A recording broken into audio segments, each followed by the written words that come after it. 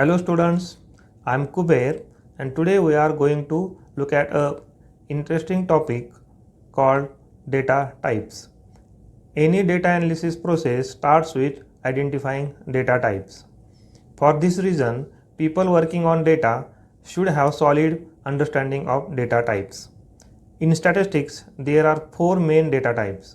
First one is nominal data.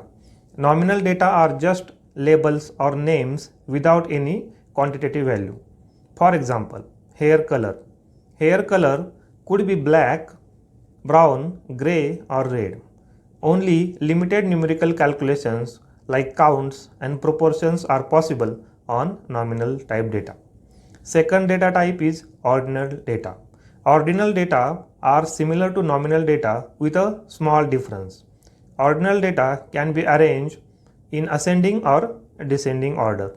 For example, level of agreement. The level of agreement could be strongly disagree, disagree, neutral, agree, strongly agree. One can calculate the mode and median of ordinal data, but the average cannot be defined. The third data type is interval data. Interval data is numerical data which can be ordered and exact difference between the values is known. An example of interval data used everywhere is Celsius temperature.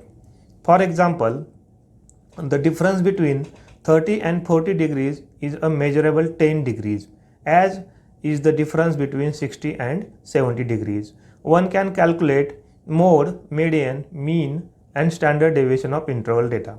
The problem with interval data is that 0 is not true 0.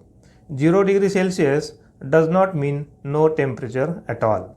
The fourth data type is ratio data. This is one of the widely used data types. One knows the order of values and the exact value between units, that is the difference between values. And they also have a true 0, that is 0 means 0. Some examples of ratio data are income, age and experience. These can be called numeric data. Ratio type data are meaningfully added, subtracted, multiplied or divided, and a wide range of descriptive and inferential statistical methods can be applied to them. Broadly speaking, nominal and ordinal data are observed and called categorical data. On the other hand, interval and ratio data are measured and called numerical data. So, students, this was the end of our today's topic, data types. You can go through the article to understand this concept more deeply. Thank you.